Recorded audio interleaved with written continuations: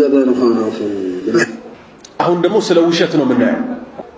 በኢስላም ሃይማኖቱ ላይ መዋሸት አይደለም፣ እርስ በእርስ መወሻሸት አንችልም። ብር ሳትሰጠኝ ወይም ብር ሰጠኸኝ አልሰጠኸኝም ብል ውሸት ነው አይደለም? ፈከይፋ ሃይማኖቱ ላይ እስከሆነ ምን እያሉ ነው ሰዎች? አልሆነው አላህ አልኳቸው ነው። እዚህ ጎራ ውስጥ ከተቀመጥክ ስንት ዓመት ሆነዋል? አላህ እዚህ ተቀመጥኩ ቆይቻለሁ። 39 ነብይ ራሳቸውን ላጥቼ 39 ነብይ ያሳድጋሉ። የ39 ነብያትን ጸጉር ላጭቼ አሳድጋቸዋለሁ። ነብያቱን አሳደጓቸው። ማን? ይሄ ኢትዮጵያዊው ሰውዬ በድምጽ ነው አይደለ? በድምጽ ነው አይደለ? ስለዚህ እኛ አልዋሸንባቸው። ይሄን እያየን ደግሞ ዝም አንልም። ማህበረሰቡን እኛ እናነቃለን። አህባሾች በቴሌቪዥናቸው እንዲህ አይነት ክህደት እያሰራጩ እኛ ደግሞ እጃችንና ጣጥፈን ቁጫል ማለት ይሄ ትልቅ በደል ነው። 40 መሙሊያ የኛ ነብይ መሐመድ ሰለላሁ ዐለይሂ ወሰለም እሳቸውንም ላጭቻለሁ።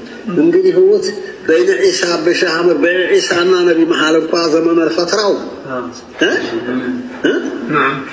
600 ኩሎ 500 ይላል።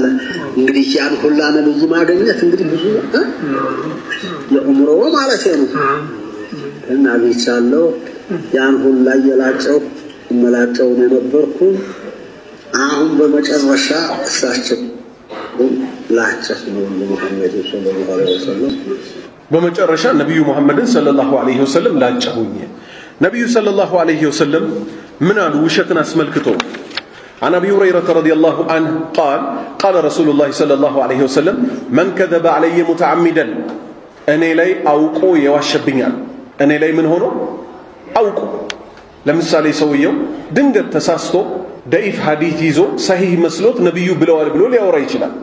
حديث مسلوت ነገር ግን አውቆ አምኖበት ውሸት መሆኑን እያወቀ ነብዩ ላይ የዋሸሰው ምን አሉ እሳቸው?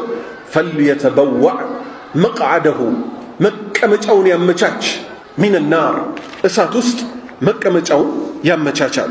እሺ ስሙ ይሄን ማናምራ ደረሰ የነቢ መውሊድ ድሮ በሀገራችን ዑለማዎች ሐዲስ አይደለም ነገራቸው የዑለማዎች አነጋገር ነው። ሐዲስ አይደለም ነገራቸው የዑለማዎች አነጋገር ነው። ሐዲስ ማለት ምን ማለት ነው? ከነብዩ ሰለላሁ ዐለይሂ ወሰለም የተነገሩ ንግግሮች ናቸው አይደል? ሐዲስ አይደለም ነገራችሁ የዑለማዎች ንግግር ነው አለ። ምን ማለት ነው? እኔ አይደለሁም እነሱ ናቸው። አልተረዳችሁም? እኔ አይደለሁም በእነሱ ስም በዑለማዎቹ ስም አድርጌ ግን ነገራችሁ ነገር አለ ነው። እሺ ምንድነው? መውሊድ ሰምቶ በጆሮ መውሊድ ሰምቶ የቀረ አይወደኝም ብለዋል ነብያችን። መውሊድ ሰምቶ የቀረ አይወደኝም ብለዋል ነብያችን። ሐዲስ ሆነ አልሆነም? ተመልሶ ንገሩኝ። ሐዲስ ሆነ አልሆነም? ነብያችን ብለዋል ነው አይደል ያለው? ተጠርቶ ደግሞ የቀረ ይጠላኛል። ተጠርቶ የቀረ ይጠላኛል ብለዋል።